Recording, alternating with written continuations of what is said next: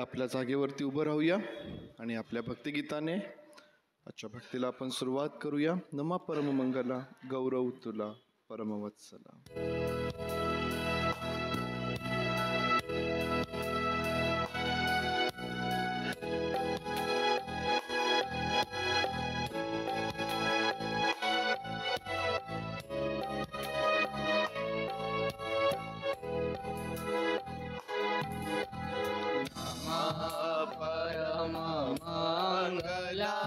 गौरव तुला परमवत्सला.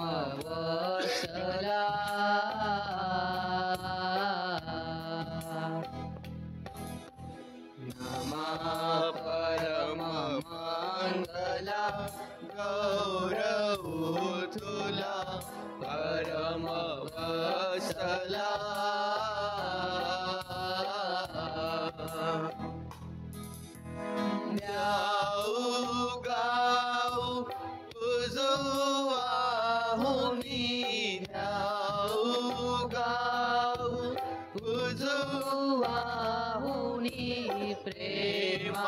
प्रेमाश्रुचा फुला गौरव तुला परमवत्सला.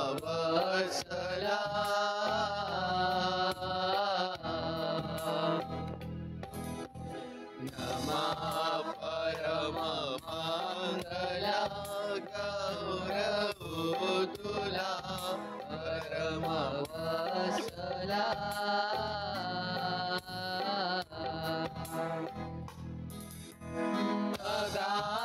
अगाध्वया सदानुभव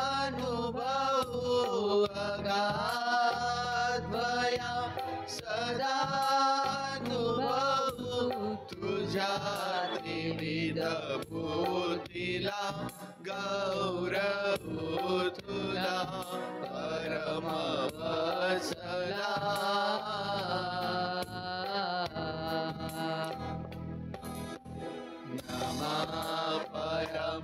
परममंगला गौरव तुला परमवत्सला.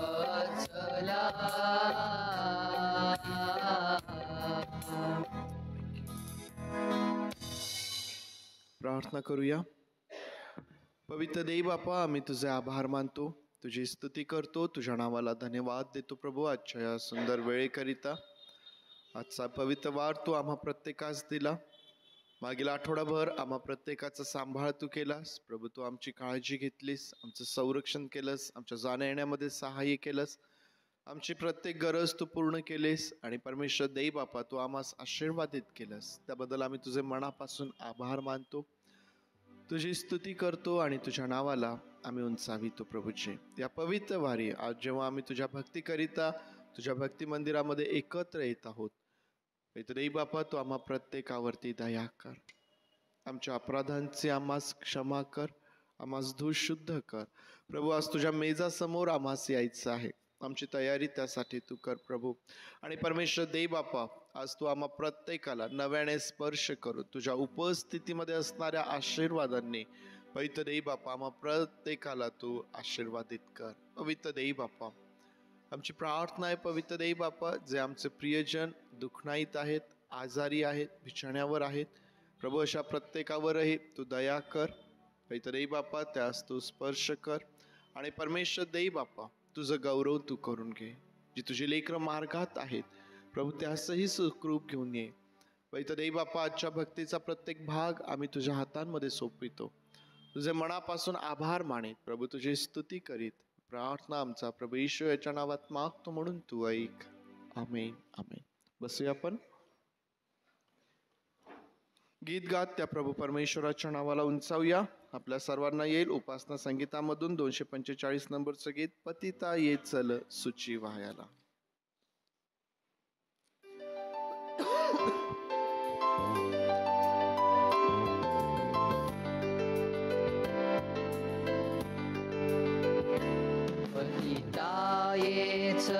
सुजीवायाला प्रभु येशू पदास धरी अध सिंधू मधुनी दयायाला प्रभु येशू कृपास धरी प्रभुजा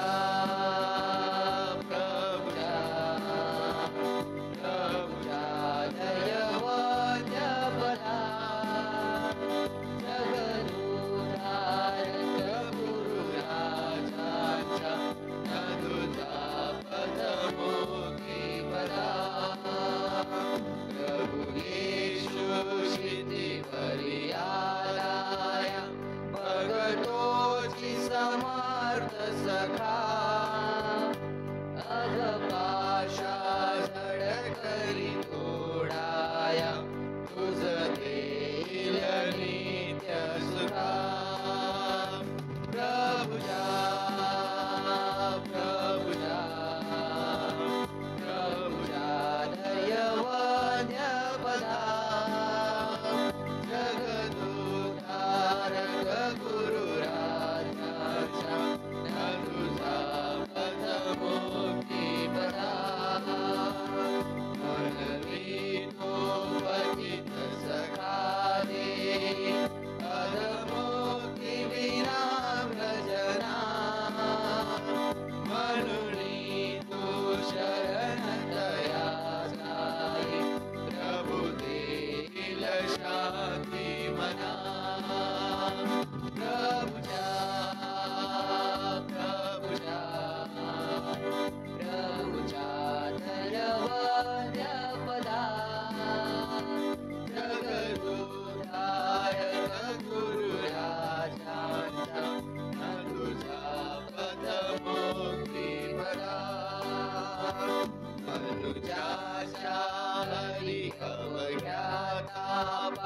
प्रणती करुणा करितो प्रभु पाशी चलत्या जुनी पापा शरणागत धारकतो प्रभुजा प्रभुजा प्रभुजा दयवद्य पदा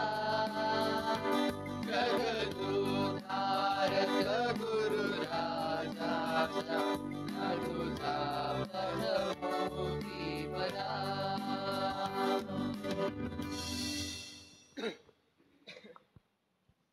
जगदुद्धारक गुरु राजाच्या न दुजा पथ मुक्तिपदा मार्ग सत्य आणि जीवन मीच आहे. प्रभू येशू ख्रिस्त म्हणतो की मार्ग सत्य आणि जीवन मीच आहे. हा तो मार्ग आहे ज्याद्वारे तुम्हाला आणि मला आपल्या पापांची क्षमा प्राप्त होऊन तारणाचा अनुभव आम्हाला आमच्या जीवनामध्ये येतो. आणखीन एक गीत गाऊया. प्रभूचे आभार मानित असताना आपल्या सर्वांना येईल नाम येशूचे आवडे. 113 नंबरचं गीत आहे. नाम येशूचे आवडे ते भय वारिते.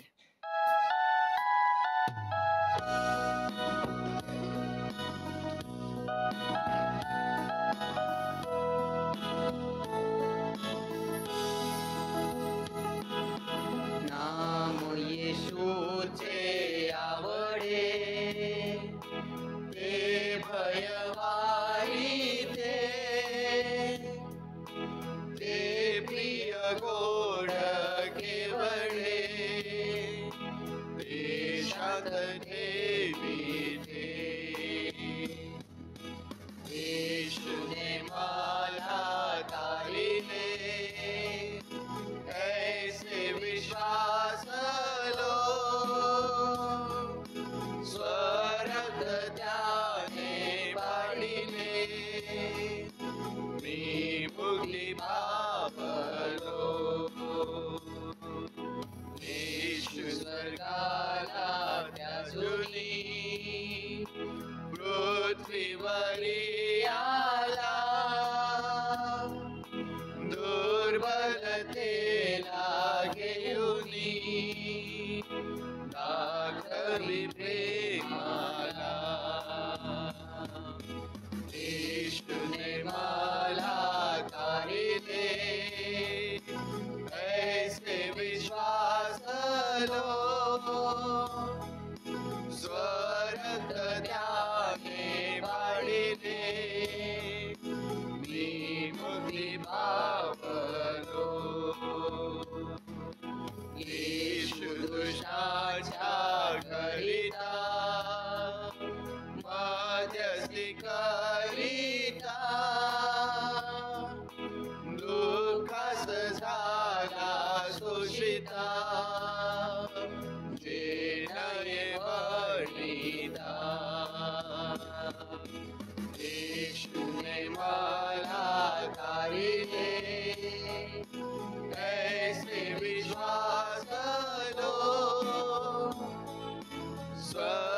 स्वार्थ त्याने पाडिले, मी मुक्ती पावलो. येशू मृत्यूला जिंकूनी जिवंत झाला, तो सकला उठवूनी देल मुक्तीला. येशूने मला तारिले, ऐसे विश्वासलो, स्वरक्त त्याने पाडिले, मी मुक्ती पावलो. येशूने मला तारिले, ऐसे विश्वासलो, स्वरक्त त्याने पाडिले, मी मुक्ती पावलो. तुम्हाला आणि मला तुमचं आणि माझं जे तारण झालेलं आहे त्यासाठी कदाचित तुम्ही आणि मी काही किंमत मोजलेली नाही, परंतु तुम्हाला आणि मला तारण प्राप्त व्हावं याकरिता प्रभू येशू ख्रिस्ताने त्याचं रक्त जे आहे ते खंडणी दाखल अशा प्रकारे ओतलेलं आहे. आणि म्हणून गीतकर्ता या ठिकाणी म्हणतो की मी मुक्ती पावलो, येशूने मला तारिले, ऐसे विश्वासलो. तुमचा आणि माझा जो विश्वास आहे हा आम्हाला तारणापर्यंत घेऊन येणार आहे, तारण प्राप्त करून देणार आहे. परंतु ते तारण आम्हाला प्रभू येशू ख्रिस्ताच्या रक्ताने प्राप्त झालेलं आहे.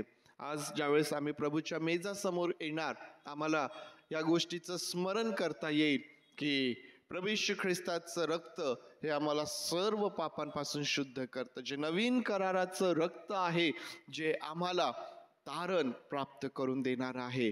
यावेळेस एक स्तोत्र आपण वाचूया. सिस्टर मुजमुले यावेळेस आपल्याकरिता एक स्तोत्र वाचतील.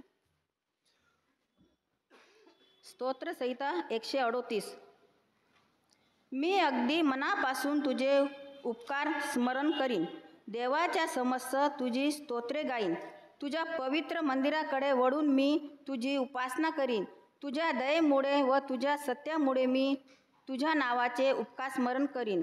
कारण तू आपल्या संपूर्ण नावाहून आपल्या वचनाची थोरवी वाढविली आहे. मी धावा केला तो तू त्याच दिवशी ऐकला. तू मला हिंमत दिली तेव्हा माझ्या जीवाला सामर्थ्य प्राप्त झाले. हे परमेश्वरा, पृथ्वीवरील सर्व राज्ये तुझे उपकार स्मरण करतील, कारण त्यांनी तुझ्या तोंडची वचने ऐकली आहेत. ते परमेश्वराच्या मार्गाविषयी गातील, कारण परमेश्वराच्या महिमा थोर आहे. परमेश्वर थोर आहे तरी तो दिनाकडे लक्ष देतो, पण गर्विष्ठाला दुरून ओळखितो. मी संकटातून जात असलो तरी मला तू नवजीवन देतोस. माझ्या वैऱ्यांच्या क्रोधावर तू आपला हात चालितोस आणि तुझा उजवा हात माझा बचाव करीतो. परमेश्वर माझ्याविषयी सर्व काही सिद्धीस नेईल. हे परमेश्वरा, तुझी दया सनातन आहे. तू आपल्या हातचे काम सोडू नको. देवबाप या वचनावर भरपूर आशीर्वाद देऊ. स्तोत्र संहिता 138, ज्यामध्ये दावीद राजा परमेश्वराची उपकार स्तुती करतोय आणि ही उपकार स्तुती आहे परमेश्वराच्या कृपा प्रसादाबद्दल. परमेश्वर देव जो मानवावरती कृपा करणारा परमेश्वर आहे, त्या परमेश्वर देवबापाच्या कृपेकरिता या स्तोत्रामध्ये दावीद राजा परमेश्वराचे उपकार स्तुती करतो. तुम्ही आणि मी आपल्या जीवनामध्ये, आमच्या जीवनामध्ये असे अनेक अनुभव आहेत की ज्यांचं स्मरण केल्यानंतर, ज्या गोष्टी आठवल्यानंतर आमचं अंतःकरण परमेश्वराच्या उपकार स्तुतीने भरतं. परमेश्वराने जी दया आम्हावरती केलेली आहे, परमेश्वराने जे आमचं सहाय्य केलेलं आहे, त्या सर्व गोष्टींचं स्मरण करीत असताना तुम्ही आणि मी देखील परमेश्वराचा आभार मानतो, परमेश्वराचे उपकार स्तुती करतो. जसं दावीद राजाने त्याच्या जीवनामध्ये अनुभव घेतलेत, तुम्ही आणि मी देखील परमेश्वराचे अनुभव प्राप्त झालेले असे आहोत. विशेष करून वचन 8 मध्ये तो म्हणतो की परमेश्वर माझ्याविषयी सर्व काही सिद्धीस नेईल. हे परमेश्वरा, तुझी दया सनातन आहे.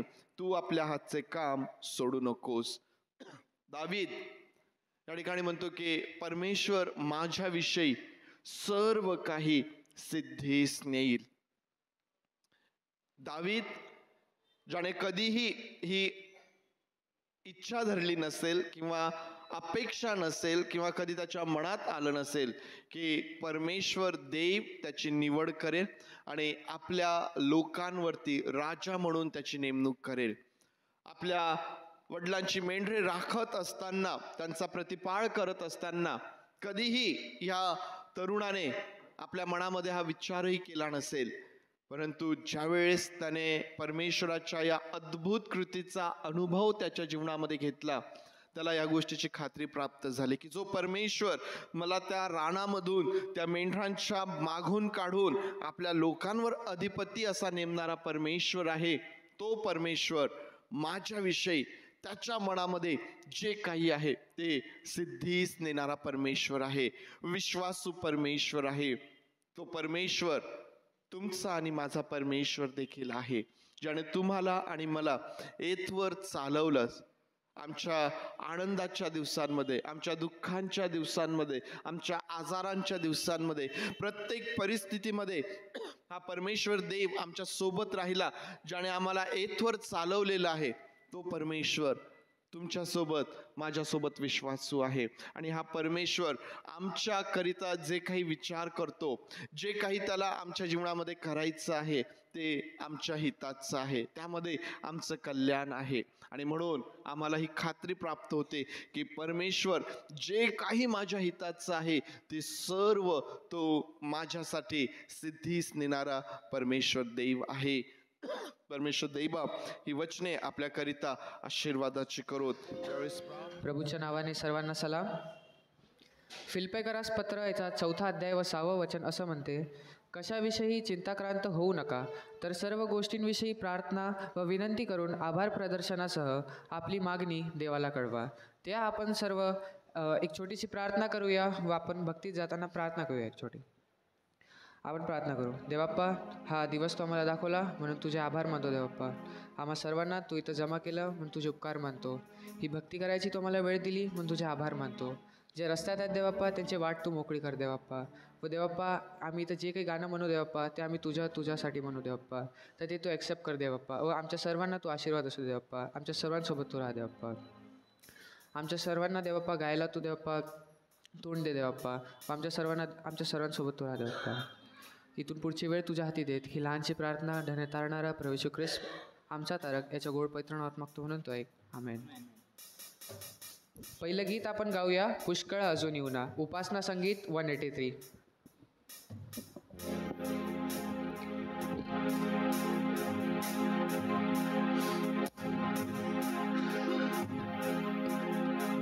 मिळूना प्रभू मिळूना रे, पुष्कळ अजून येऊना, पुष्कळ अजून येऊना. मिळूना प्रभू मिळूना रे, पुष्कळ अजून येऊना, पुष्कळ अजून येऊना. मिळूना प्रभू मिळूना रे, पुष्कळ अजून येऊना, पुष्कळ अजून येऊना.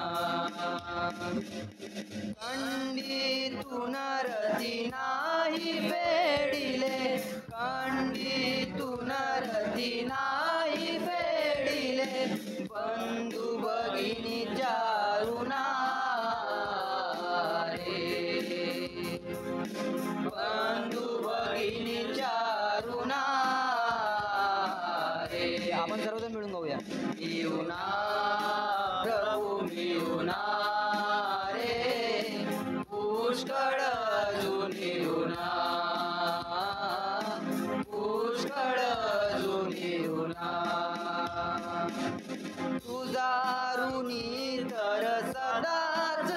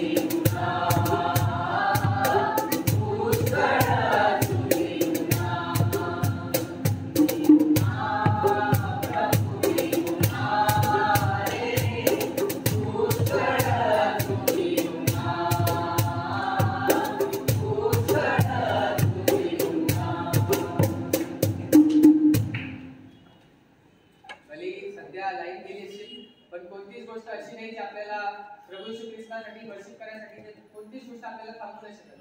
आपण सर्व मिळून पुढचं गीत आपल्या तारणाऱ्यासाठी म्हणूया. ख्रिस्त माझा तारणारा, उपासना संगीत 298.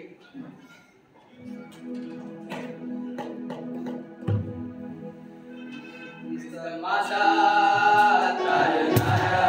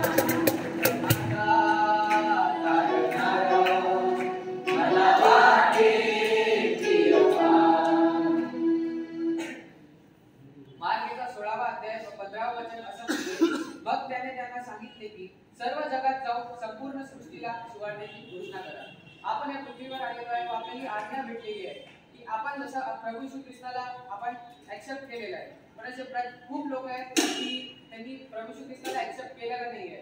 व ते आपलं काम आहे की आपण त्यांना जाऊन सुवार्ता सांगायची. आपण सरळ मिळून काही ना काही करून प्रभू येशूचं राज्य वाढवूया. आपण सर्वांना सुवार्ता सांगूया व जास्तीत जास्त लोकांना आपण प्रभू येशूकडे आणूया. पुढचं गीत ख्रिस्त राजाची सुवार्ता या जगात सांगाल का. आपण सर्व मिळून गाऊया.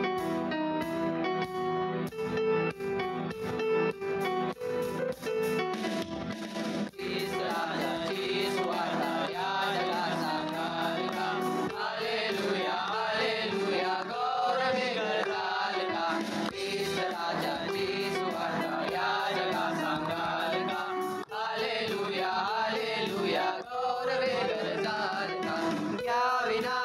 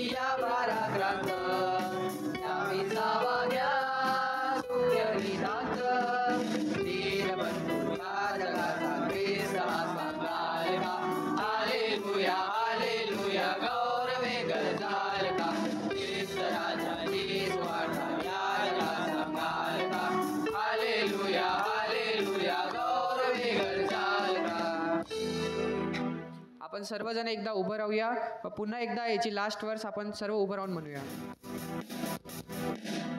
राजाची सुवार्ता या जगा सांगाल का, हालेलुया हालेलुया गौरवे करताल का.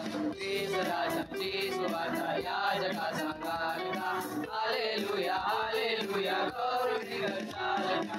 या वर्षी या वारात या विसावा घ्या सौख्य निघात. या कशी या वारात या विसावा घ्या सौख्य निघात. या जगाचा ख्रिस्ता सांगाल का, हालेलुया हालेलुया गौरवे करताल का.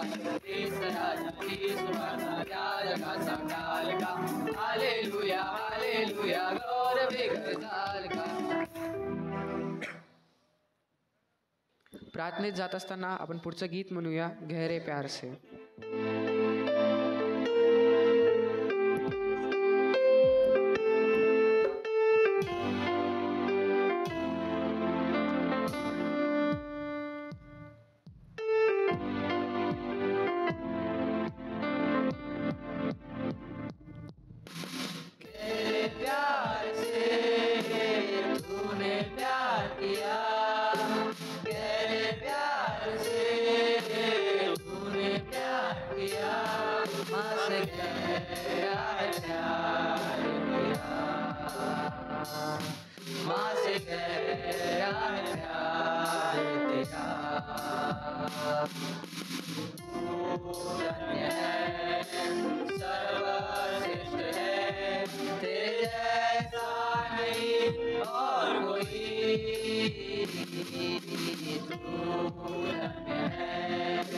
सर्वश्रेष्ठ है तेरे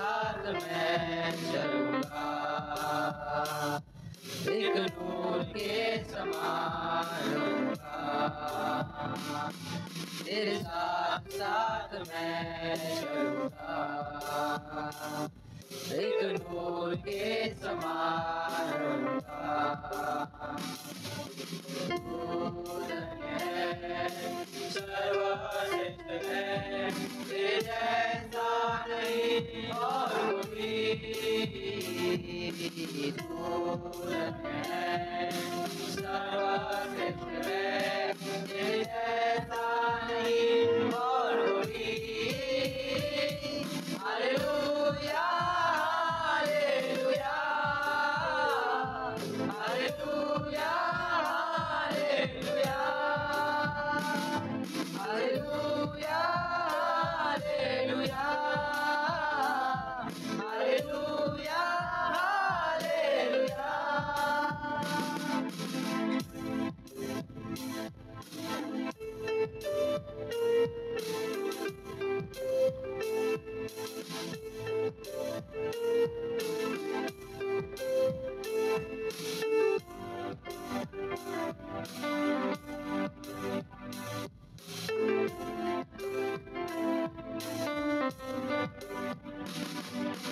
तुझे मैं कभी छोड़ूंगा नहीं, तुझे मैं कभी छोड़ूंगा नहीं, तेरे साथ साथ मैं चलूंगा,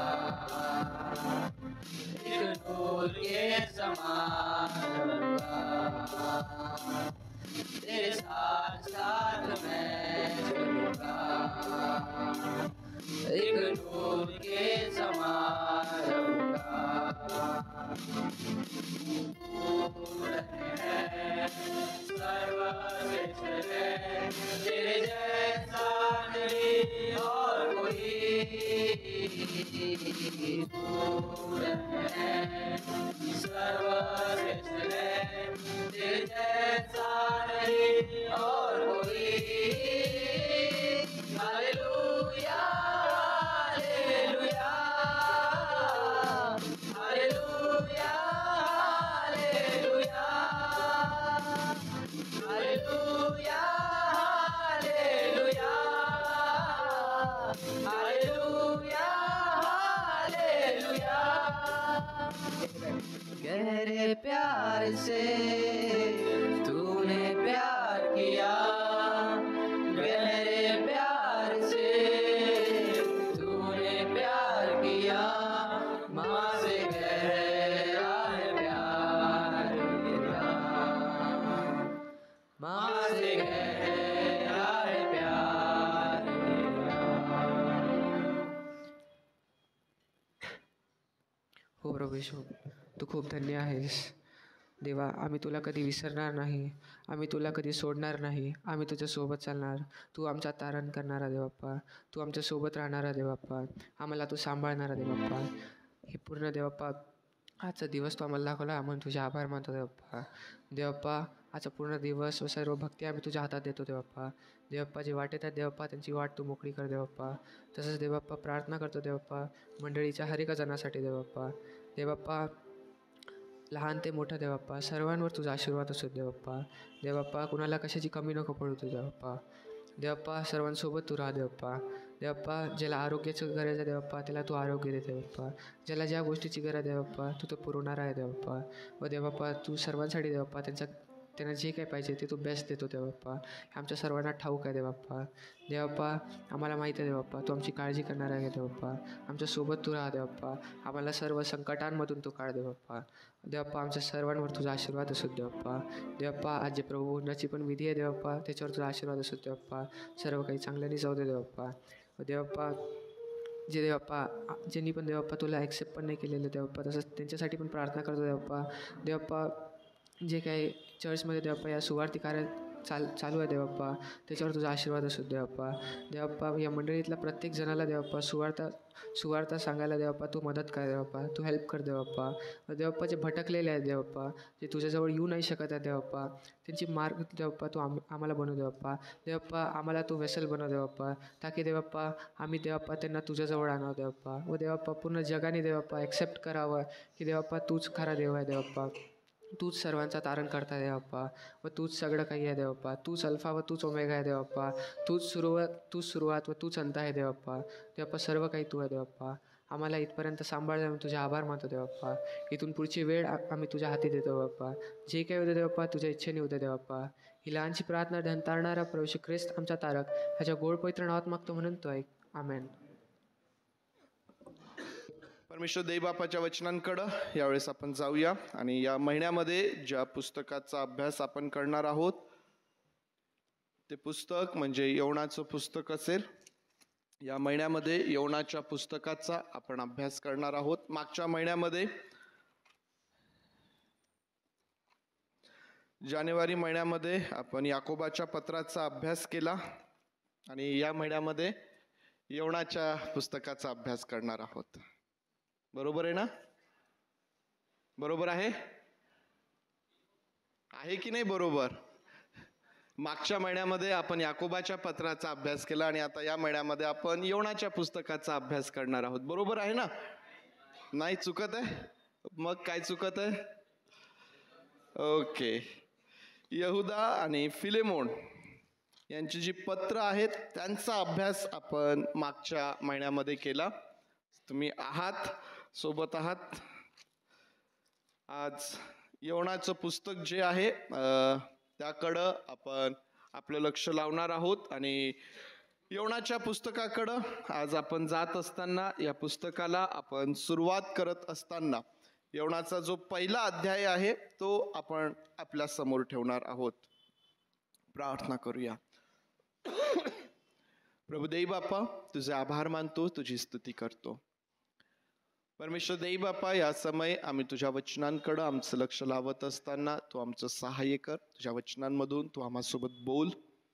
पवित्र देव बापा, आमची प्रार्थना आहे प्रभू, तुझ्या वचनाचं जे सामर्थ्य आहे तू ते आम्हावरती ओत आणि तुझं गौरव तू करून घे. प्रभू, आम्ही तुझे मनापासून आभार मानतो, तुझी स्तुती करतो. प्रार्थना आमचा प्रभू येशू याच्या नावात मागतो म्हणून तू ऐक. आमेन.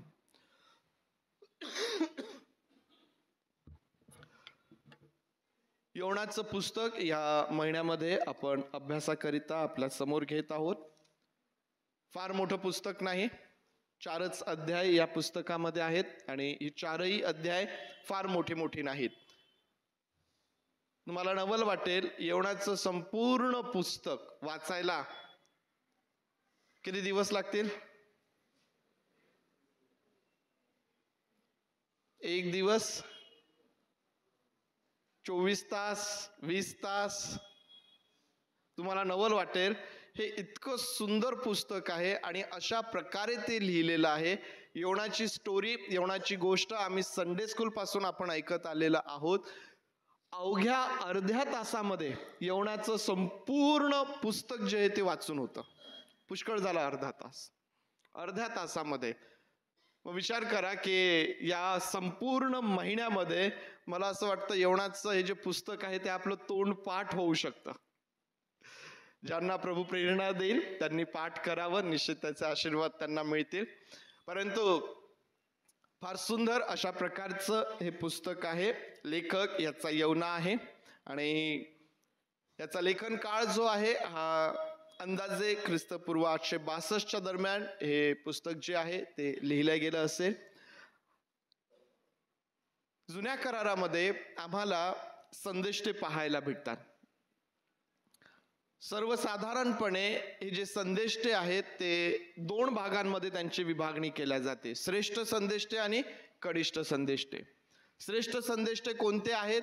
त्याची एक पद्धत अशी केलेली आहे की ज्या संदेष्टांचं लिखाण जास्त आहे ते मोठे संदेष्टे, श्रेष्ठ संदेष्टे. ज्या संदेष्टांचं लिखाण कमी आहे, थोडंसंच आहे, छोटे पुस्तकं आहेत, त्यांना कनिष्ठ संदेष्टे. अशा प्रकारे एक सोपी पद्धत समजण्याची आहे. परंतु याही पेक्षा इस्रायल आणि यहुदाचे हे जे संदेष्टे आहेत यांचा अभ्यास करण्याची एक उत्तम पद्धत ही आहे की या संदेष्टांनी कोणत्या वेळेमध्ये आपली सेवा दिलेली आहे. आपण इस्रायलचा अभ्यास केलेला आहे त्यामुळे आम्हाला माहिती आहे की बंधनापूर्वीचा इस्रायल, बंधनामध्ये असणारा इस्रायल आणि बंधनातून बाहेर आल्यानंतर सुटकेनंतरचा इस्रायल यहुदा. या प्रकारे ज्याला प्री एक्साईल, एक्साईल आणि पोस्ट एक्साईल या प्रकारे इंग्लिशमध्ये त्याला म्हटलं जातं की बंधनात इस्रायल लोक कनान देशामध्ये वास्तव्यास गेल्यानंतर जी सर्व वर्षे ते त्या ठिकाणी होते बंधनात जाण्यापूर्वी, त्यावेळेमध्ये ज्या संदेष्टांनी सेवा केले ते संदेष्टे. इस्रायल लोक बंधनात गेल्यानंतरही काही संदेष्टे त्या ठिकाणी सेवा करत होते, ते स्वतःही त्या ठिकाणी बंधनात होते, परंतु संदेष्टांची जी सेवा आहे ते त्या ठिकाणी देत होते, असे संदेष्टे. आणि मग बंधनातून बाहेर आल्यानंतर, त्या बंदिवासातून त्यांची सुटका झाल्यानंतर ज्या संदेष्टांनी सेवा केली ते संदेष्टे. या प्रकारे 3 विभागांमध्ये या संदेष्टांची जी सेवा आहे किंवा या संदेष्टांचा जो अभ्यास आहे तो आपल्याला करता येतो. यवना जो आहे हा प्री एक्साईल म्हणजे बंधनात जाण्यापूर्वीचे जे संदेष्टे आहेत त्यामध्ये यवनाचं आम्हाला सेवा त्या ठिकाणी पाहायला भेटते. यवनाचं पुस्तक का लिहिलं गेलं याचा जर आम्ही विचार केला तर आम्हाला असं पाहायला भेटतं की इस्रायल आणि यहुदी लोक जे आहेत त्यांना असं वाटत आहे की परमेश्वर हा फक्त आमचाच परमेश्वर आहे, तो केवळ आमचाच परमेश्वर आहे, त्याच्यावर पूर्ण हक्क आमचाच आहे. परमेश्वराचे आशीर्वाद असतील, परमेश्वराची दया असेल, परमेश्वराकडून जे काही आहे ते केवळ आमच्यासाठी आहे, हा त्यांचा समज त्या ठिकाणी होऊ लागलेला होता. पण तो आम्हाला माहिती आहे की परमेश्वर देव जो आहे हा अवघ्या मानव जातीचा परमेश्वर आहे. ज्यावेळेस परमेश्वर देवाने अब्राहमाबरोबर करार केला त्यावेळेस परमेश्वर अब्राहमाला म्हणतो की मी तुझ्याद्वारे सर्व कुळ आशीर्वादित करेल.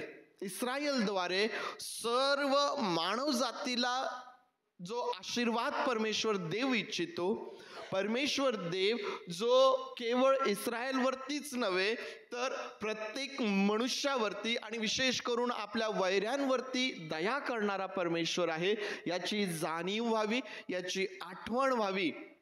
आणि या उद्देशाने यवनाचं पुस्तक आम्हाला त्या ठिकाणी पाहायला भेटतं. यवनाची जी स्टोरी आहे, जी गोष्ट यवनाच्या पुस्तकामध्ये आहे, ती स्टोरी ज्यावेळेस अविश्वासी लोक वाचतात त्यांना ते खरं वाटत नाही, उपहास करतात की हे शक्य आहे का.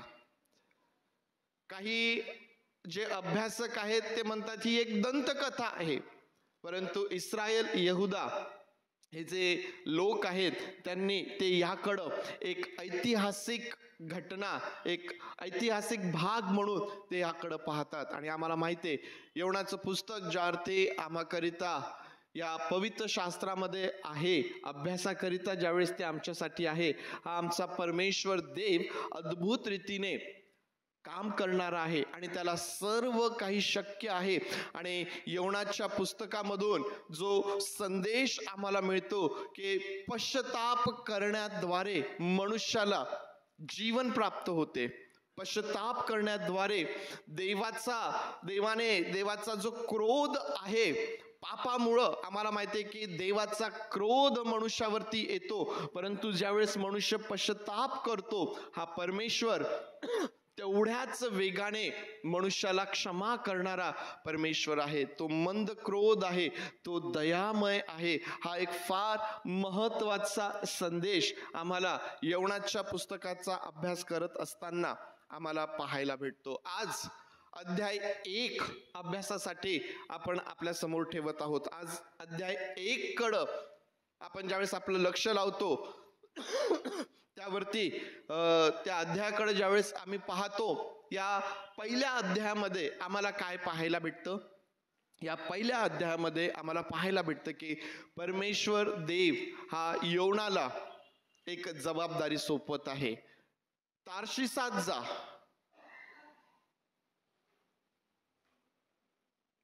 परमेश्वर देव यवनाला काय जबाबदारी सोपवित आहे, त्या मोठ्या तार्शिसास जा. बरोबर आहे?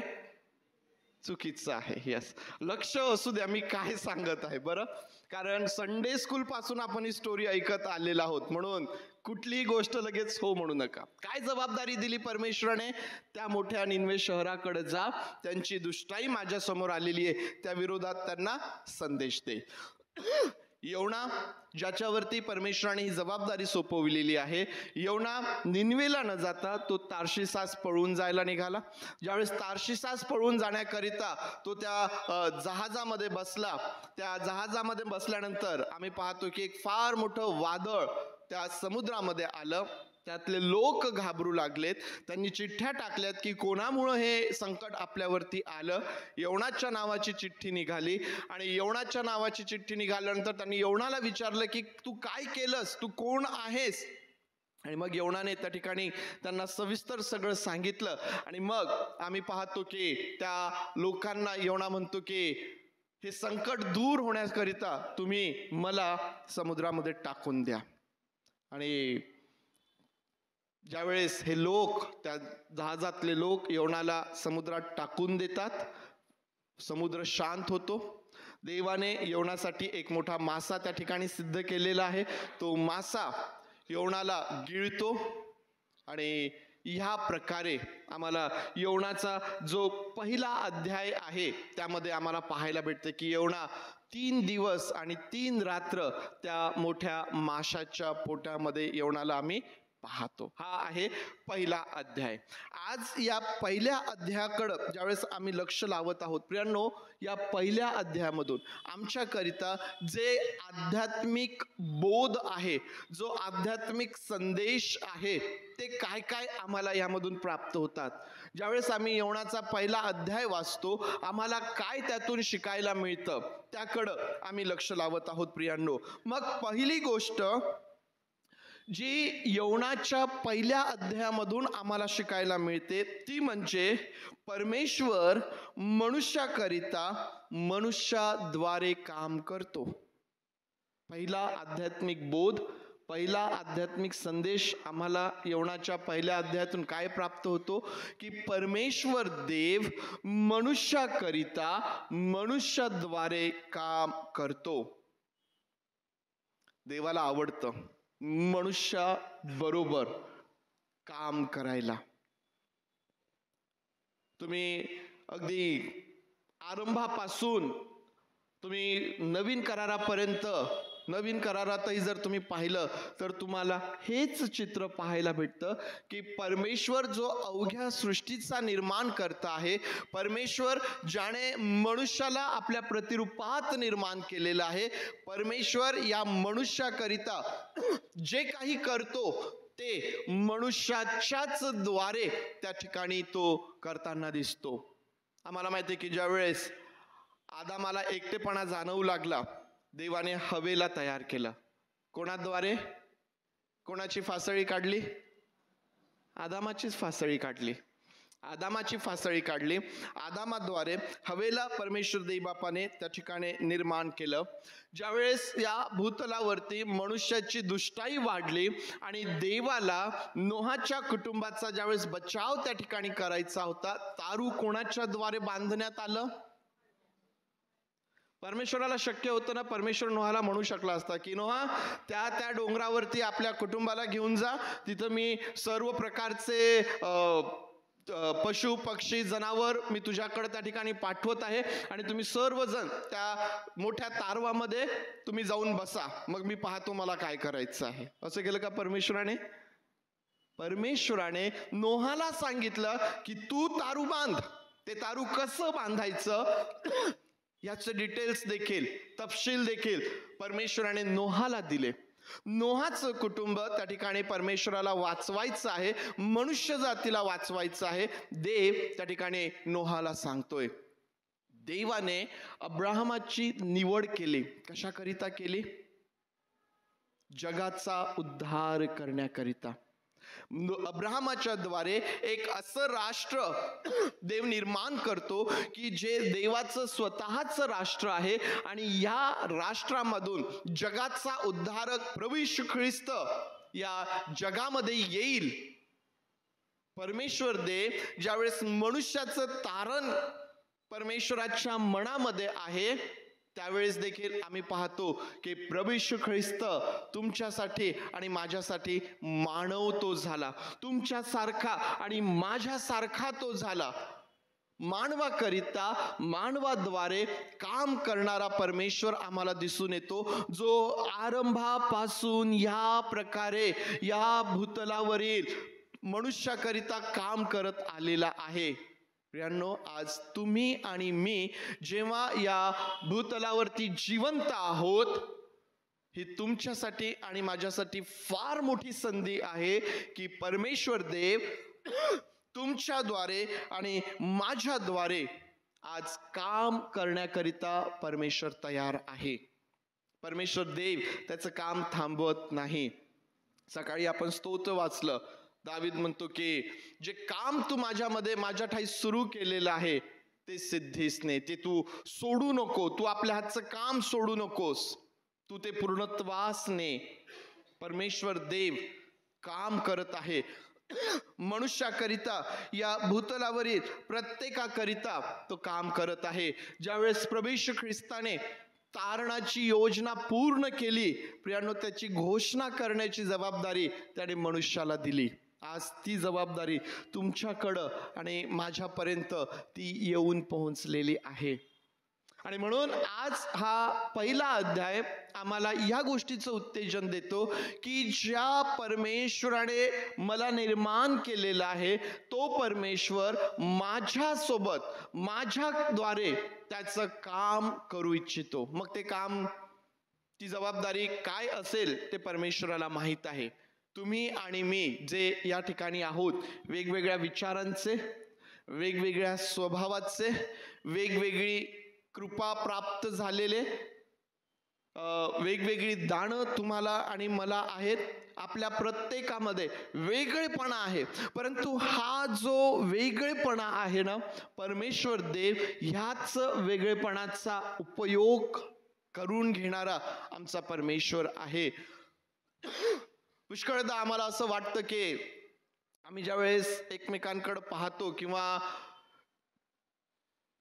मोबाईलवरती, टीव्ही वरती कोणाला पाहतो, पुष्कळदा आम्हाला असं वाटतं की अरे मला तसं बनायला पाहिजे, मला पण तसं बोलता आलं पाहिजे, मला पण तसं गाणं गाता आलं पाहिजे, मला तसं त्याच्यासारखं म्हणायचं आहे. परंतु प्रियांनो, देवाने आम्हाला जसं बनवलेलं आहे ना, आम्ही जसं आहोत ना, आमच्या ठाई काय चांगलं आहे, आमच्या ठाई काय वाईट आहे, आम्ही कसे आहोत, प्रियांनो, परमेश्वर देव आम्हाला त्याच परिस्थितीमध्ये आम्हाला आमचा उपयोग करून घेणारा आमचा परमेश्वर आहे. महत्वाचा भाग हा आहे की आम्ही परमेश्वर देवबापाला आमच्या जीवनामधून कशा प्रकारचा प्रतिसाद आम्ही देतो. हा पहिला संदेश आहे की परमेश्वर देव तुमच्याद्वारे या जगामध्ये त्याचं जे काम आहे, मनुष्याचा उद्धार करण्याचं, मनुष्याचे कल्याण करण्याचं, ते काम तो परमेश्वर देव तुमच्याद्वारे करू इच्छितो. प्रियांनो, दुसरा जो संदेश आम्हाला या अध्यायामधून प्राप्त होतो तो हा आहे की मनुष्य देवापासून लपू किंवा पळू शकत नाही. यवनाने प्रयत्न केला, यवनाने या पहिल्या अध्यायामध्ये प्रयत्न केला. परमेश्वर देवबापाने त्याला निनवेस जाण्याकरिता सांगितलं, परंतु निनवेला न जाता तो तार्शिसास पळून जायला निघाला. निनवे आणि तार्शिस दोन्ही अपोजिट साईडला आहेत बरं, विरुद्ध दिशेने. परमेश्वर सांगतो एक, योना करतो एक. जर तुम्ही निनवे शहर कुठे नेमका असा विचार जर तुम्ही केला तर निनवे जी आहे अश्शूरची राजधानी, अश्शूर जे आहेत इस्रायलचे मोठे वैरी, मोठे शत्रू, आणि हा जो हे जे शहर आहे ते आजच्या दृष्टीने जर आम्ही पाहिलं तर इराक जो आहे त्या परिसरामध्ये किंवा इराकच्या त्या भागामध्ये वसलेलं हे शहर आम्हाला दिसेल. तार्शिस कुठं आहे तर अगदी त्याच्या अपोजिट आजच्या दृष्टीने जर आम्ही पाहिलं तर स्पेन जो आहे हा तो भाग आहे. प्रियांनो, एका बाजूला इराक, एका बाजूला स्पेन, असे अपोजिट डायरेक्शन मध्ये हे आम्हाला पाहायला भेटतात. यवनाने प्रयत्न केला, परमेश्वर मला तिकडं जायला सांगतो का, मला तिकडं जायचं नाही, मला त्या लोकांकडे जायचं नाही, मला त्या लोकांना संदेश द्यायचा नाही, त्या लोकांचा नाश झाला हेच चांगलं होईल, परमेश्वर दया करणार आहे. मी गेलो, मी सांगितलं, त्यांनी पश्चाताप केला तर देव त्यांच्यावर दया करेल. यवनाच्या मनामधल्या या गोष्टी जर आम्ही संपूर्ण पुस्तक वाचलं तर आम्हाला कळतं, तिकडं मला जायचं नाही, ते आमचे वैरी आहेत, ते आमचे शत्रू आहेत. मग मी काय करेल, मी परमेश्वर जे मला सांगतो त्याच्या विरुद्ध दिशेने मी करेल, मी अपोजिट साईडला मी जाईल, विरुद्ध दिशेला जाईल, मी परमेश्वरापासून लपून राहील. परंतु शक्य नाही. मनुष्याने कितीही प्रयत्न केला तरी मनुष्य देवबापापासून लपू शकत नाही. प्रियांनो, आम्ही किती सहज रीतीने ज्यावेळेस आमच्या जीवनामध्ये आम्ही गुप्त पापांमध्ये अडकलेले असतो ना, ही गुप्त पापे आमच्या जीवनामध्ये असताना पुष्कळदा आम्हाला असं वाटतं की मला कोणीच पाहत नाहीये, मी जे करत आहे ते कोणालाच दिसत नाहीये.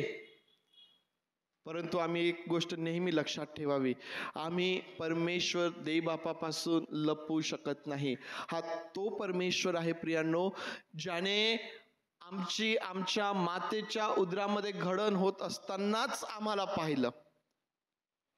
आम्ही आमच्या आईच्या उदरामध्ये ज्यावेळेस आकारच घेत होतो ना, तेव्हा तर आम्ही या परमेश्वराच्या नेत्रांपासून लपू शकलो नाही. मग या भूतलावरती आल्यानंतर या भूतलावर असं कोणतं ठिकाण आहे की ज्या ठिकाणी तुम्ही आणि मी परमेश्वरापासून लपू शकतो? कुठलंच नाही प्रियांनो. तुम्ही कुठेही जा, तुम्ही किती अंधाऱ्या ठिकाणी जा, परंतु अंधारही परमेश्वरासाठी प्रकाशासारखा आहे. आम्ही चार चौघात असोत किंवा आम्ही एकांतात असोत, आम्ही परमेश्वर देवबापापासून लपू शकत नाही. जर आम्ही परमेश्वरापासून लपू शकत नाही तर मग आता आम्हाला विचार करायला पाहिजे की ती जी प्रत्येक गोष्ट आम्ही मानवापासून लपून करतो, मनुष्याला कळू नये या भीतीने आम्ही करतो. प्रियांनो, परमेश्वर देवबाप देखील त्याबद्दल मला काही बोलत नाहीये, काही शिक्षा होत नाहीये या विचारांमध्ये राहतो. आम्ही किती मोठ्या संकटामध्ये त्या ठिकाणी आहोत प्रियांनो. आमच्या प्रत्येक कृतीचा, आमच्या प्रत्येक शब्दाचा हिशोब त्या ठिकाणी आम्हाला द्यावं लागेल प्रियांनो. आणि म्हणून प्रियांनो, आम्हाला फार सावध राहण्याची गरज आहे. आम्ही परमेश्वर देवबापापासून पळू शकत नाही, आम्ही परमेश्वर देवबापापासून लपू शकत नाही. त्याचे नेत्र आम्हाला सतत पाहतात, त्याचे कान सतत आम्ही काय बोलत आहोत ते ऐकणारे ते कान आहेत. आणि म्हणून आम्हाला विशेष सावध राहण्याची गरज आहे. तिसरा बोध जो आम्हाला यवनाच्या पहिल्या अध्यायामधून प्राप्त होतो तो म्हणजे आम्हाला माहित आहे, परंतु या अध्यायातून पुन्हा एकदा आम्हाला आठवण होईल की परमेश्वराला सर्व गोष्टींवरती अधिकार आहे, त्याला निसर्गावरती देखील अधिकार आहे.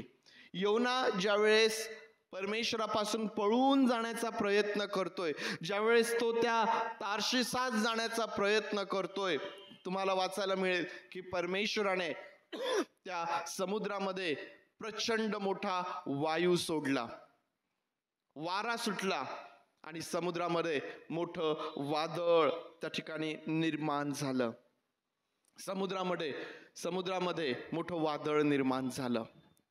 प्रियांनो, ही घटना वाचत असताना मला आणखीन नवीन करारामधल्या एका घटनेची आठवण झाली. आणखीन एक वादळ त्या ठिकाणी मला आठवलं. यवना तार्शिसात जात असताना, परमेश्वरापासून पळून जात असताना एक मोठं वादळ सुटलं आणि ते एवढं प्रचंड मोठं वादळ आहे की या वादळामध्ये हे जे जहाज आहे हे फुटतं की काय, हे तुटून जातं की काय, हे बुडून जातं की काय, अशी परिस्थिती निर्माण झाली. अशीच परिस्थिती प्रभू येशू ख्रिस्त ज्यावेळेस आपल्या शिष्यांबरोबर तारवातून जात होता, अशाच प्रकारचं वादळ त्या ठिकाणी सुटलेलं आम्हाला दिसून येतं.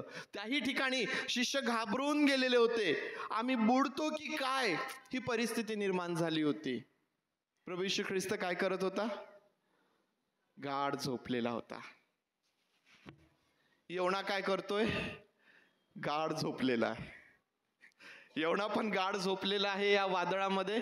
आणि नवीन करारामधली घटना आम्ही ते वादळ पाहत असताना त्या ठिकाणी आम्हाला दिसतं की प्रभू येशू ख्रिस्त देखील गाढ झोपलेला आहे. त्या ठिकाणी शिष्यांनी येऊन प्रभू येशू ख्रिस्ताला उठवलं. प्रभूजी उठा, आपण बुडत आहोत. या ठिकाणी यवनाला देखील उठवण्यात आलं. अरे तू झोपतो काय? उठ, आपल्या देवाचा धावा कर, कदाचित तो आमच्याकडे पाहेल, आमच्यावर दया करेल आणि आपण वाचू. यवनाला देखील त्या ठिकाणी उठवण्यात आलं. प्रियांनो, एकाला जेव्हा समुद्रात टाकून दिलं तेव्हा समुद्र शांत झाला आणि प्रभू येशू ख्रिस्त समुद्राला, वाराला आज्ञा करतो आणि सगळं काही शांत होऊन जातं. नवीन करारामध्ये जो वादळ शांत करतोय, समुद्र शांत करतोय, तोच परमेश्वर याही ठिकाणी आम्हाला दिसून येतो की जो जे वादळ त्या समुद्रामध्ये निर्माण झालेला आहे, ज्यावेळेस यवनाला समजून येतं की हे माझ्याद्वारे, माझ्यामुळं आहे, ज्यावेळेस त्याला समुद्रात टाकून दिलं जातं ते वादळ शांत होऊन जातं. तुमच्या आणि माझ्या परमेश्वराला प्रियांनो सर्व गोष्टींवरती अधिकार आहे. सर्व सृष्टीवरती, सर्व निसर्गावरती त्या परमेश्वर देव बापाला अधिकार आहे. प्रियांनो, तुमच्या आणि माझ्या जीवनावर तर विशेष अधिकार आहे. तुमच्या आणि माझ्या जीवनावर विशेष अधिकार आहे. कारण आम्ही पूर्वी क्रोधाची प्रजा होतो.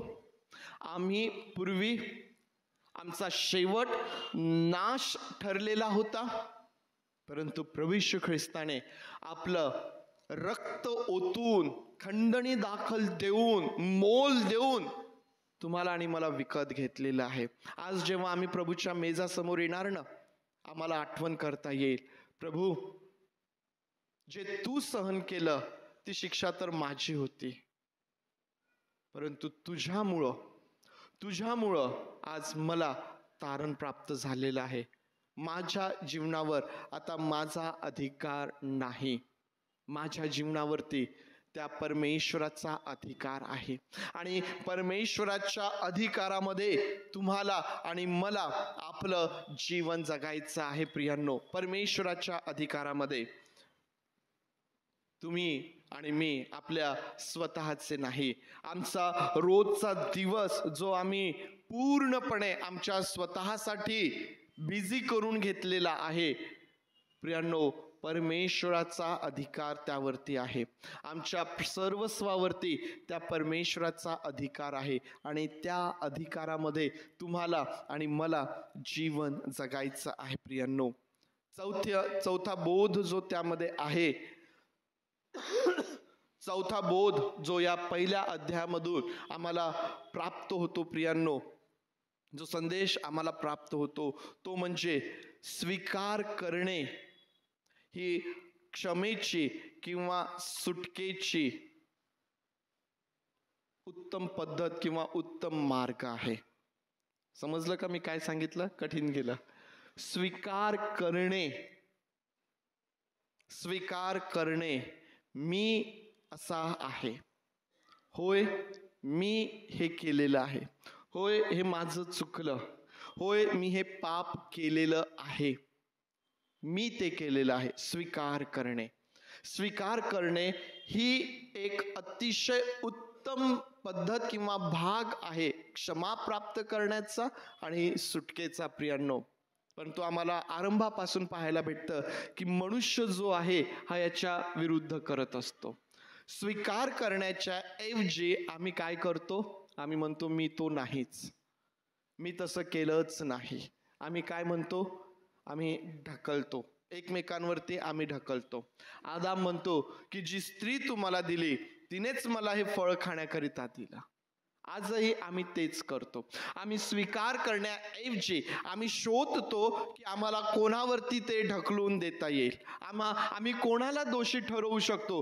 जे बिघडलेलं आहे, जे चुकलेलं आहे, त्याकरिता आम्ही कोणाला दोषी आम्हाला ठरवता येईल पुष्कळदा याच्या प्रयत्नामध्ये आम्ही असतो.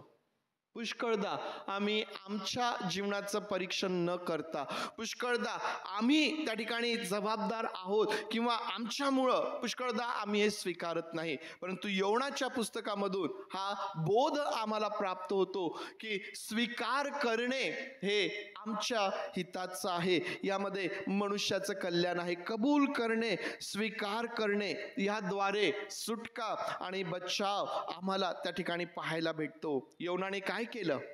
योनाने कबूल केलं. ज्यावेळेस त्या तारवामध्ये, त्या जहाजामध्ये असणारे सर्वजण घाबरलेले आहेत आणि हे कोणामुळं आहे, हे कोणामुळं आहे, या परिस्थितीमध्ये आहेत. प्रियांनो, योना त्या ठिकाणी आहे आणि योना म्हणतो की हे माझ्यामुळं आहे. मी काय केलं? योनाने काय केलं? तो कसा परमेश्वरापासून पळून जातोय हे योना त्यांना सांगतो. योना त्यांना सांगतो. प्रियांनो, जर कदाचित योनाने त्यांना सांगितलं नसतं, योनाने ते कबूल केलं नसतं, तर आम्हाला माहित नाही की या स्टोरीचा शेवट काय असता. ही स्टोरी आमच्या समोर असते किंवा नाही, ही घटना आमच्या समोर असते किंवा नाही. योनाने जर स्वीकार केला नसता तर कदाचित योना त्या तारवातले सर्व त्या वादळामध्ये, त्या समुद्रामध्ये हरवून गेले असते. प्रियांनो, परंतु कबूल करणे, योना त्या ठिकाणी कबूल करतो आणि योनाने कबूल केल्यानंतर त्याचा परिणाम आम्हाला त्या ठिकाणी पाहायला भेटतो. प्रियांनो, ज्यावेळेस योनाने कबूल केलं, ज्यावेळेस योनाला समुद्रात टाकण्यात आलं, जर तुम्ही योनाचा पहिला अध्याय आणि 16वं वचन वाचलं तर असं म्हटलेलं आहे, त्या माणसास तर परमेश्वराचा फार धाक पडला, त्यांनी परमेश्वराला यज्ञ केला व नवसही केले. कोणी? जे योनाबरोबर त्या तारवामध्ये होते, जे आपापल्या देवाचा धावा करत होते, आम्हाला वाचव, आम्हाला वाचव. परंतु ज्यावेळेस योना सांगतो की मी त्या परमेश्वराचा उपासक आहे ज्याने आकाश आणि पृथ्वी निर्माण केलेली आहे, मी त्या परमेश्वराचा सेवक आहे, ज्यावेळेस योना त्या ठिकाणी सांगतो, योना सांगतो की मी हे केलेलं आहे, ज्यावेळेस योनाच्या सांगण्याप्रमाणे हे लोक अनुभव घेतात, आम्हाला पाहायला भेटतं प्रियांनो की त्या लोकांना परमेश्वराचा मोठा धाक पडतो. परमेश्वराचं भय त्यांच्या जीवनामध्ये आम्हाला पाहायला भेटतं आणि हे लोक परमेश्वराला यज्ञ सादर करतात, नवस त्या ठिकाणी करतात. जर योनाने कबूल केलं नसतं तर कदाचित या लोकांना त्या परमेश्वराची ओळखच झाली नसती, या लोकांना परमेश्वराचं ते भयच प्राप्त झालं नसतं, या लोकांना परमेश्वराला यज्ञ करण्याची संधीच प्राप्त झाली नसती. परंतु कबूल करणे ही बाब आमच्या स्वतःसाठी आणि जे लोक आमच्या अवतीभोवती आहेत त्यांच्यासाठी एक फार मोठ्या आशीर्वादाचं कारण त्या ठिकाणी ती होऊ शकते. प्रियांनो, कबूल करणे, स्वीकार करणे. आम्हाला माहिती आहे की जो कबूल करतो त्याला क्षमा होते, जो कबूल करून ते सोडून देतो, जो पश्चाताप करतो प्रियांनो त्याला अपराधांची क्षमा होते. परमेश्वरासमोर जर आम्ही स्वतःला नम्र केलं नाही, जर त्या परमेश्वरासमोर आम्ही आदाम आणि हवेसारखे उत्तर देऊ लागलो तर आमचा टिकाव लागणार नाही. परंतु जर परमेश्वरासमोर आम्ही स्वतःला नम्र केला आणि म्हटलं की होय प्रभू,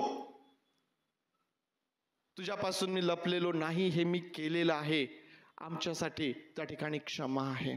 परमेश्वर दया करणार आहे, परमेश्वर मंद क्रोध आहे, परमेश्वर आम्हावरती प्रीती करणारा असा तो आमचा परमेश्वर आहे. प्रियांनो, पाचवा बोध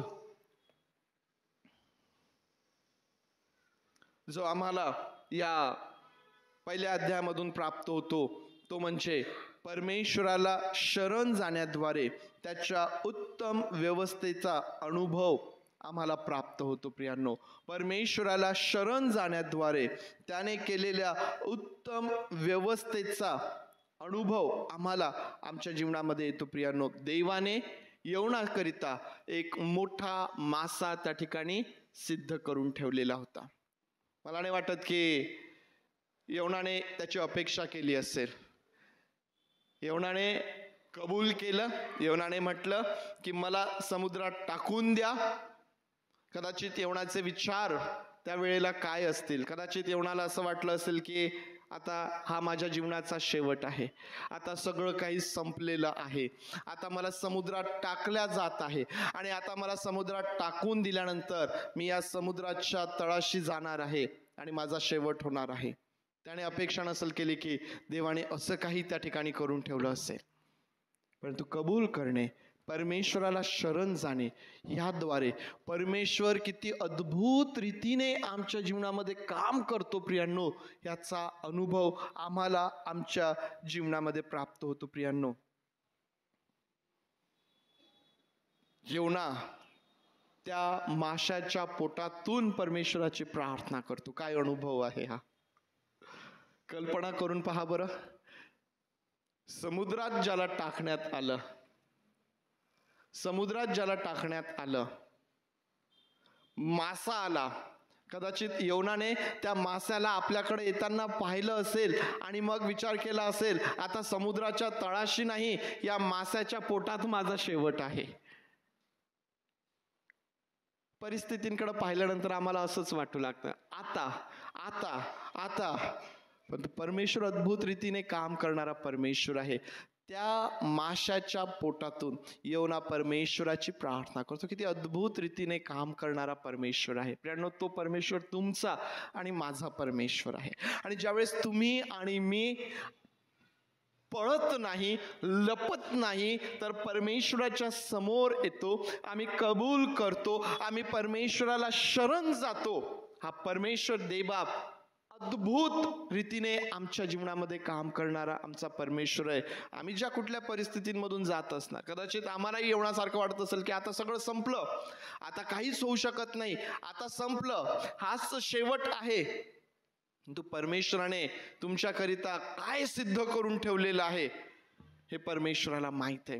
आणि म्हणून प्रियांनो, हा 5वा बोध आमच्याकरिता आहे की ज्यावेळेस आम्ही परमेश्वराला शरण जातो, परमेश्वराच्या उत्तम व्यवस्थेचा अनुभव आम्ही आमच्या जीवनामध्ये घेतो. हा अनुभव जोपर्यंत आम्ही तिथपर्यंत पोहोचत नाही ना, तोपर्यंत आम्हाला समजत नाही. तोपर्यंत सर्व प्रकारे विचारांचं वादळ राहतं, तोपर्यंत सर्व प्रकारची भीती राहते, तोपर्यंत सर्व प्रकारची चिंता काळजी राहते. परंतु ज्यावेळेस आम्ही त्या पॉइंटपर्यंत येतो, त्या ठिकाणी ज्यावेळेस आम्ही येतो, या सर्व गोष्टी, मग आमची भीती असेल, आमची निराशा असेल, आमची चिंता काळजी असेल, आमचे अस्थिर झालेले विचार असतील, हे सर्व बाजूला सरकतात आणि मग आमचं अंतःकरण परमेश्वराच्या व्यवस्थेचा अनुभव घेऊन परमेश्वराच्या उपकार स्तुतीने भरून जातं. परमेश्वराच्या उपकार स्तुतीने भरून जातं.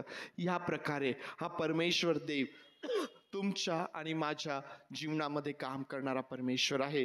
आणि म्हणून प्रियांनो, आज योनाच्या या पहिल्या अध्यायामधून हे 5 बोध आम्हाला प्राप्त झालेले आहेत. पहिला बोध मी तुम्हाला सांगितला, परमेश्वर मनुष्याकरिता मनुष्याद्वारे काम करतो. दुसरा बोध मी तुम्हाला सांगितला, मनुष्य देवापासून लपू किंवा पळू शकत नाही. तिसरा बोध आम्हाला होता, परमेश्वराला सर्व गोष्टींवरती, सर्व सृष्टीवर, सर्व निसर्गावर आणि तुमच्या आणि माझ्या जीवनावर विशेष करून अधिकार आहे. चौथा बोध आमच्यासाठी होता, स्वीकार करणे यामध्ये आमचं कल्याण आहे. आणि 5वा बोध आहे, परमेश्वराला शरण जाण्याद्वारे त्याच्या उत्तम व्यवस्थेचा अनुभव आम्ही आमच्या जीवनामध्ये घेतो. या आपले डोळे आपण बंद करूया. आणि आज परमेश्वर देवबापाचं हे वचन आम्ही ऐकत असताना, योनाच्या या पहिल्या अध्यायामधून हे आत्मिक बोध आम्ही ऐकत असताना, आज देवाचा आत्मा आम्हाला कोणत्या गोष्टीचं उत्तेजन देत आहे? हा देवाचा आत्मा आम्हाला आज काय बोध करत आहे? माझ्या वैयक्तिक जीवनाशी तो काय बोलत आहे? आज देवाचा आत्मा, देवबापाचं वचन आम्हाला या गोष्टीचं उत्तेजन देत नाही काय? माझ्या मुला, माझ्या मुली, तू माझ्यासाठी उपयोगाचा आहेस, तू उपयोगाची आहेस. मला तुझ्याद्वारे अनेकांचं कल्याण करायचं आहे.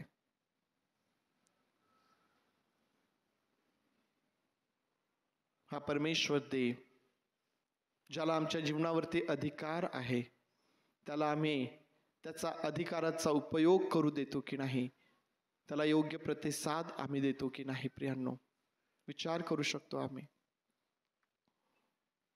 आम्ही पळणारे आहोत काय? आम्ही लपणारे आहोत काय? आम्हाला असं वाटतं का की परमेश्वराला दिसत नाही? हा परमेश्वर देव सर्व काही पाहणारा परमेश्वर आहे. लपण्यापेक्षा, पळण्यापेक्षा स्वीकार करणे यात कल्याण आहे. प्रियांनो, यात सुटका आहे. परमेश्वराला शरण या. ज्यावेळेस आम्ही परमेश्वराला शरण येतो, आमची भीती, आमची चिंता, काळजी नाहीशी होते. आमचे अस्थिर विचार स्थिर होतात. आमचं अशांत झालेलं मन शांतीने भरून जातं. परमेश्वराच्या उपकार स्तुतीने भरून जातं. परमेश्वराच्या उपकार स्तुतीने भरून जातं. होय प्रभू, आज आम्ही तुझे आभार मानतो. आम्ही तुला धन्यवाद देतो प्रभू. आम्ही तुझी स्तुती करतो. आम्ही तुला गौरवितो. तुझ्या नावाला उंचावितो प्रभू.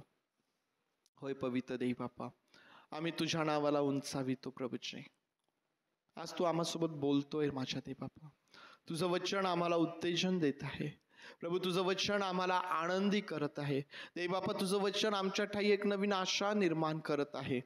आम्ही तुझे आभार मानतो देव बापा. जे काम तू आमच्या ठाई सुरू केलेलं आहे ते तू पूर्णत्वास ने. आम्ही तुला सर्व अधिकार देतो पवित्र देव बापा. ज्या प्रकारे दावीद म्हणतो की परमेश्वर माझ्याविषयी सर्व काही सिद्धीस नेईल, हे देवा तू आपल्या हातचं काम सोडू नकोस. आज आम्ही देखील तुला विनंती करतो, आमच्याविषयी तुझ्या मनात जे सर्व आहे प्रभू ते सिद्धीस ने आणि तुझं गौरव तू करून घे. तुला धन्यवाद देत प्रार्थना आमचा प्रभू येशू याच्या नावात मागतो म्हणून तू ऐक. आमेन. यावेळेस सर्वजण उभं राहूया. प्रभूने शिकवलेली प्रार्थना म्हणूया. सुवंददेव परात्पर हे गीत गाऊया आणि आशीर्वाद घेऊया. हे आमच्या स्वर्गातील बापा, तुझे नाम पवित्र मानले जा. तुझे राज्य येऊ, जसे स्वर्गात तसेच पृथ्वीवर. तुझ्या इच्छेप्रमाणे हो. आमचे रोजची भाकर आज आम्हास दे. आणि जसे आम्ही आमच्या ऋण्यास ऋण सोडले, तसेच तो आमचे ऋणे आम्हास सोड. आणि आम्हास परीक्षेत आणू नकोस, तर आम्हास वाईटापासून सोड. कारण की राज्य, सामर्थ्य आणि गौरव ही सर्व काळ तुझेच आहेत. आमेन.